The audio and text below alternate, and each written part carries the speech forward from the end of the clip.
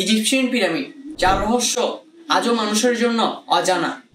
এটি এতই নিখুঁতভাবে তৈরি যে এর প্রতিটি দিক উত্তর, দক্ষিণ, পূর্ব ও পশ্চিমের সাথে মাত্র 0.05 ডিগ্রি ত্রুটি নিয়ে মিলে গেছে।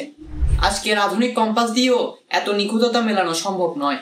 গিজার মহাপিরামিডে ব্যবহার হয়েছে প্রায় 23 লক্ষ পাথরের ব্লক, যার প্রতিটি ওজন প্রায় 2 থেকে 70 টন পর্যন্ত। সবচেয়ে বড় পাথরগুলো এতই ভারী যে এগুলো আধুনিক ক্রেনে তোলাও সম্ভব নয়।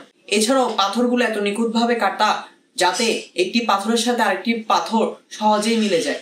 এর আরেকটি রহস্যজনক বিষয় হলো ওরিয়ন নক্ষত্রমালা। কিন্তু প্রশ্ন হচ্ছে, এত নিখুঁততা সত্যিই কি মানুষের দ্বারা মেলানো সম্ভব? এই পিরামিড কি সত্যিই মানুষের তৈরি, নাকি এর পিছনে রয়েছে অন্য কোনো রহস্য? আজকের ভিডিওতে আমরা জানবো পিরামিডের সেই রহস্যময় বার্তা নিয়ে। So hello guys, I am অঙ্কন এন্ড ওয়েলকাম টু মিস্ট্রি।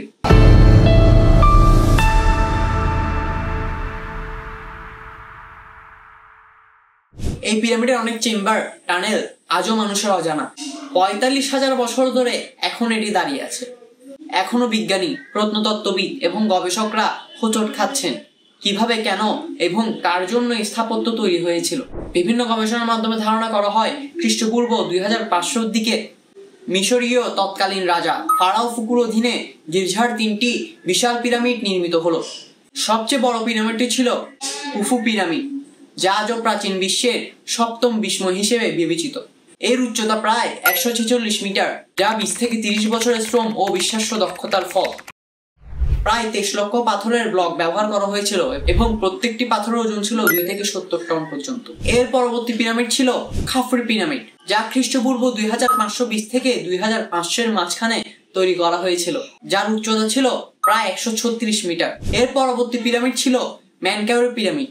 ধারণা করা হয় এটি তৈরি হয়েছিল প্রায় 2490 সালের দিকে। 3টি পিরামিডের মধ্যে সবচেয়ে ছোট পিরামিড, যার উচ্চতা 65 মিটার। প্রত্যেকটি পিরামিডের প্রত্যেকটি ব্লক খুবই নিখুঁতভাবে সাজানো।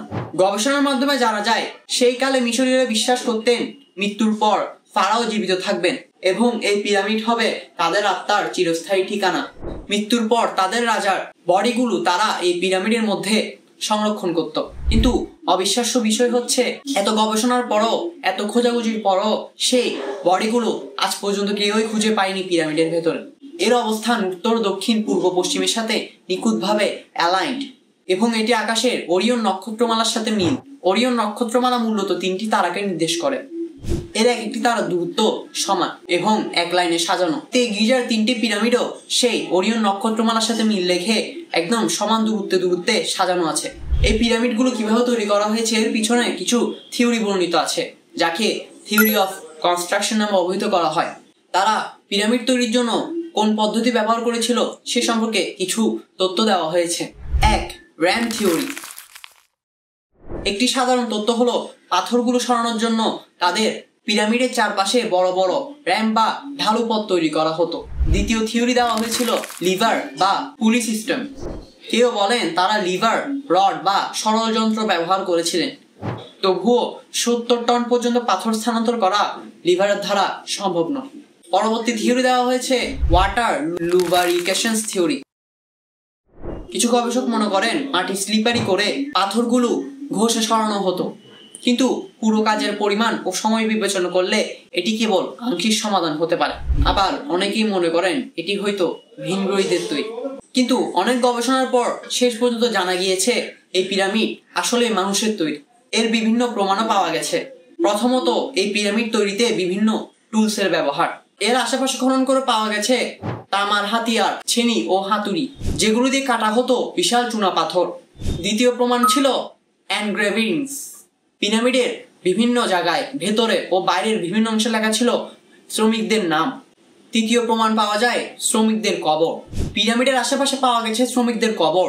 তাদের হাড় পরীক্ষা করে দেখা যায় শ্রমের চিহ্ন, আঘাতের প্রমাণ ও চিকিৎসার চিহ্ন। এরা ছিল সাধারণ মানুষ যারা নিজেদের শ্রম দিয়ে ফারাওদের স্বপ্ন বাস্তব করেছিল।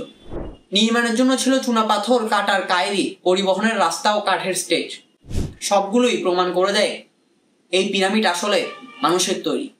মিশর শুধু পিরামিডের জন্য বিখ্যাত নয়, পুরো দেশ জুড়ে আছে অসংখ্য প্রাচীন নিদর্শন যা আমাদের প্রাচীন সভ্যতার গর্ব ও রহস্যময়ের সঙ্গে পরিচয় করায়। হাজার হাজার বছর কেটে গেলেও আজও পিরামিড আমাদের কাছে রহস্য। কে তৈরি করেছিল, কিভাবে তৈরি করেছিল, আর কেন এত নিখুঁতভাবে তারা সাজানো? বিজ্ঞানীরা আজও নতুন নতুন প্রযুক্তি ব্যবহার করে খুঁজছেন উত্তর।